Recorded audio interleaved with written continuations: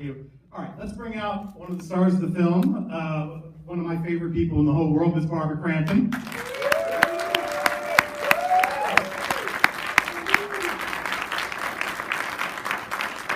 I'm going to talk a little bit up front here.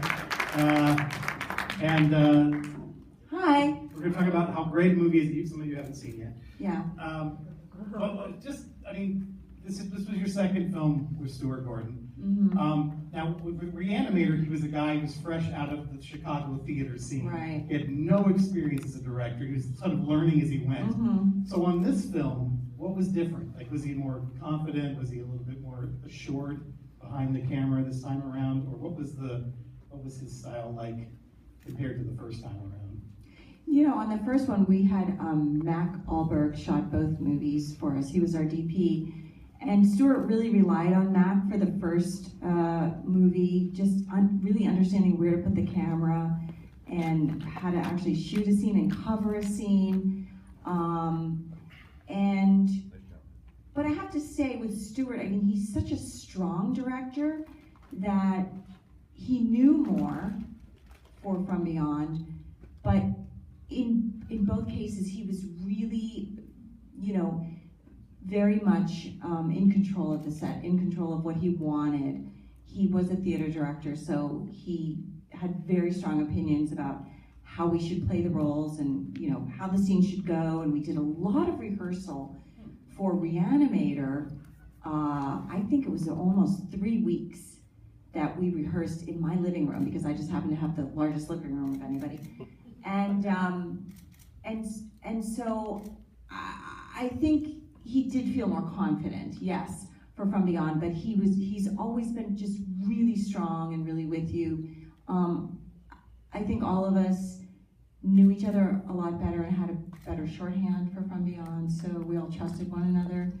And I think he and Mac worked really well together on the second one as well. I think From Beyond, you know, looks-wise, it's a prettier movie than Reanimator. So I think there's something. Well, we had a little more money because Reanimator made so much money for other people and did really well that they gave us a lot of money for From Beyond. So yeah.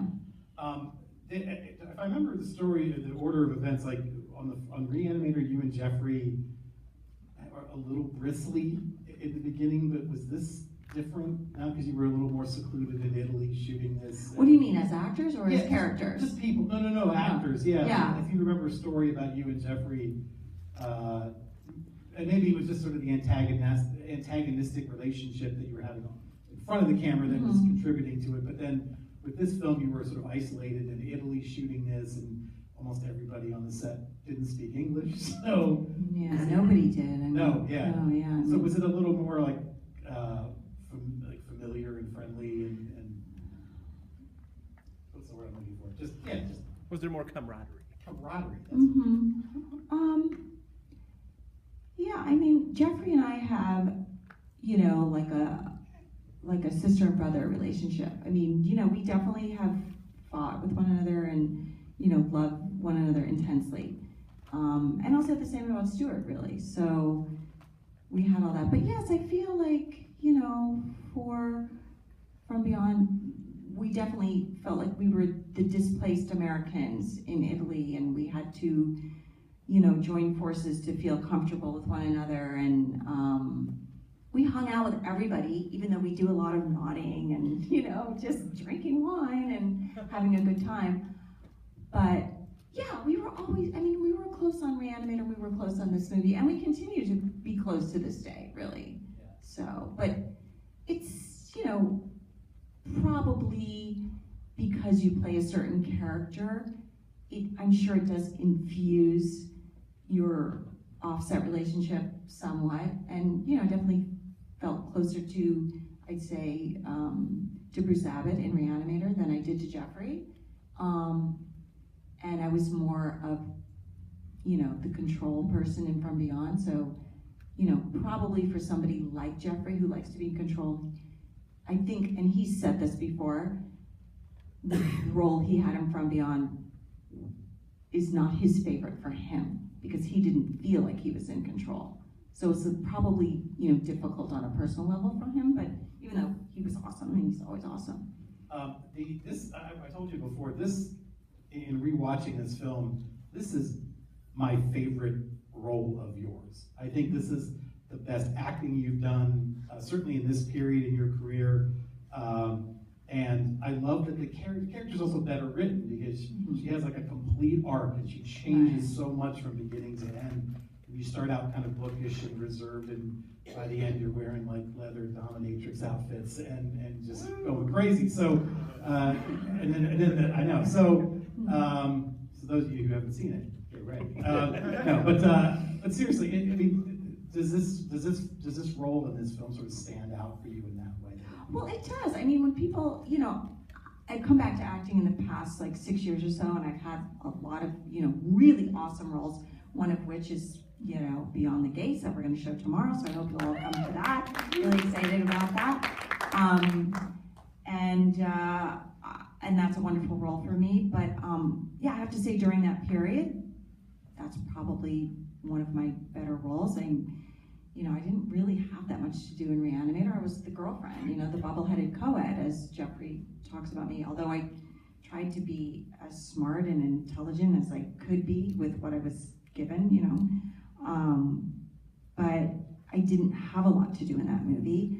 And in From Beyond, yes, as you said, I was the repressed psychiatrist, and then I was like a, sexual being, and then, I was the heroine at the end and saved the day. So, it was probably one of the greater experiences of my life. It was also the first time that I went to Italy or went out of the country. So it was pretty exciting in a lot of ways. And I also alluded to the fact that we had a lot more money for that movie. And we stayed in a beautiful place in Italy. It was a wonderful experience all around. Yeah. Okay, but I have to ask about the just more practical things like the Pretorius monster, and there's things going on. It's just the grossest thing. And he tell me about working with whatever that was. I don't know if it's part puppet, part person, part. Tell me about that aspect of it, because that's sort of still mind blowing to see that. Yeah, well, a lot of it was puppeteered, especially the big Pretorius monster at the end. I mean, there was some in the very beginning when we go into the From Beyond that Ted Sorrell was just, in makeup, and then, he was there, and, I was reacting to him, but then at the very end, there's a lot of stuff, tentacles and things going on. And there was a lot of slime. So we had, slime. And we were shooting at the old Dino De Laurentiis studios in Rome. And he had just gone bankrupt. So even though we had all this money, it was so great, and I'm talking about how great it was, still great, but it was really cold. It was April when we started shooting, and it had snowed in Rome for the first time in something like 30 years, the day we arrived. And because Dino De Laurentiis went bankrupt, the government went in, or somebody went in and took all the heating implements from the walls and sold them. So we had no heat. And it was more than 50 degrees, I mean less than that, all the time. And so, I'm in a nightgown, and I'm in the black leather, blah, blah, blah. And on the Pretorius creature, we used something called, it was the slime, right? And it was made of methyl cellulose, which is, and I don't know if they still use it, but it's a thickener for McDonald's milkshakes. And it's really cold. So we had that all over us. And it was really uncomfortable. Wow. Yeah. So, but I love creatures, and I love makeup, and I love special effects. So, you're really cold, and they would turn heaters on for us. They had these big bullet heaters that were really loud, and they would turn them on for, in between setups, we were, everything we were doing, it was camera, and it wasn't digital. So we'd have to take a lot of time in between setups for lighting and resetting the camera and everything else. So they would warm up the set, and then they would turn it off, and then we would continue on and work. But I remember it all quite fondly. I do. I mean, Ted Sorrell putting his arm around me and choking me, and then, I'm in the head, he's biting my head and touching me, and it was glorious, really. It was just super fun. The only bone I had to pick about the film was that there's the scene where that thing is over your head, a giant mouth, and then in another part of the house, the same thing is happening to Jeffrey. Right. But he loses his hair as a result of it, and you come out with the same hair. Was that in your contract? Well, I wouldn't have looked as good. Right. You're right about that. There's a few things in the movie that don't quite gel. So there's that, and then there's always like, where did she come up with the bomb? Where'd she get that bomb? And I said to Stuart, where did I get the bomb? He's like, don't worry about the bomb. I'm like, I'm kind of worried about the bomb. Okay, like, did she work for the government? Does she secretly a covert agent? She happens to have some bomb material? I don't know. I talked to them about that, constantly. And then finally I was like, okay, I'm just giving up. Don't worry about the bomb. So, have you guys ever worried about the bomb? Where'd she get the bomb? Does that bother you? Maybe it doesn't bother you. I don't know. Does that ever bother you? Now that you think about it, yes, I did. I thought I missed something because I thought the bomb was just there for some reason. But now I think, maybe she just double majored in psychiatry, bomb making. I don't know. So speaking of the bomb, let's talk about Ken Foray real quick. Yeah. He is awesome in this movie, but I said this to you before. Yeah. There's a scene where he's running around in the tiniest man's underwear that I've ever seen in my life. And when he's on the screen, you're not looking at anything else on the screen but him and his little underwear. And he's running, he's doing stunts, he's running all over the place. He was our comic relief. He's great. I mean, he had like such a tentacle thing. Sorry. Yeah. What? Wrestling tentacle things. Yeah. His underpants. In his underpants. Tiny orange underwear. Yeah. Interesting little side thing about him. I mean, he's just so beautiful to look at and such a nice person. We got to Italy and they put us up in this place on Viale Parioli. That was the name of this street on Piazza de Repubblica. And we all had like little apartments there. It was like we lived there for like 6 weeks. It was awesome. And he made friends with so many people and brought back people to the place, and all these girls were in love with him and following him around, because he's just so striking looking. And he's nice. He had the best time there, Yeah. Okay, so I had questions about the ending, but I'm going to not talk about the ending. But we get time for like one or two quick questions if you guys want to ask anything who have seen or have any burning questions about From Beyond. Or anything else. Anything else Marvel-oriented. No. Wait, you're all. If there's a hand up and I can't see it, I apologize. Okay, yeah, go for it. How did you get involved with like Charlie Band and the Empire Pictures gang, and why did you keep going back and working with them? Well, I was a young actress, and originally for Reanimator, another gal was cast in that role.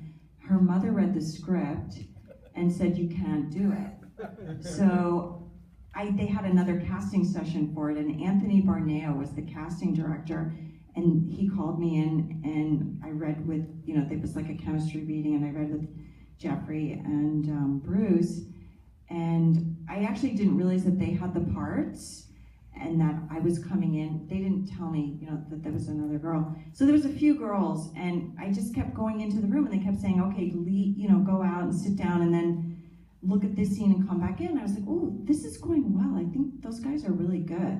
They might get one of these parts too.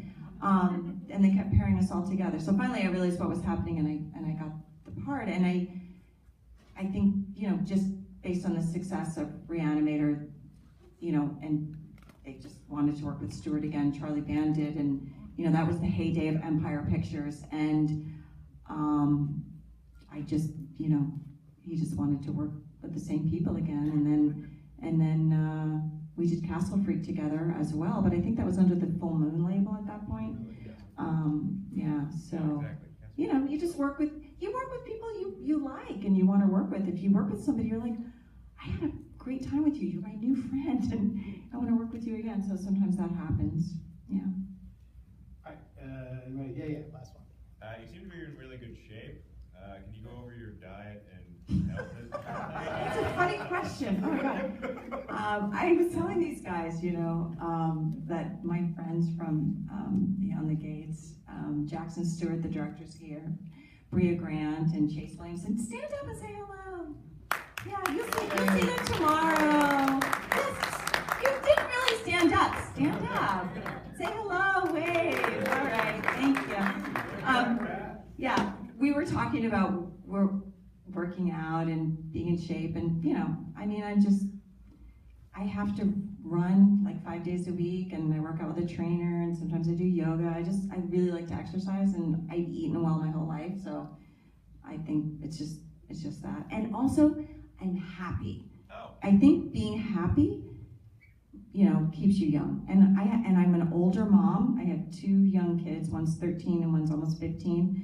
And you're either going to get a lot of gray hairs from being an older mom, or you're going to try to keep up with them. So I've tried to do that. All right, it's very late, so Yeah. okay. We love you, Barbara. Thank you so Thanks. much for coming Thanks and talking for to having us. me. Come back tomorrow and see Beyond the Gates. She'll be around, say hi to everybody. Enjoy the film.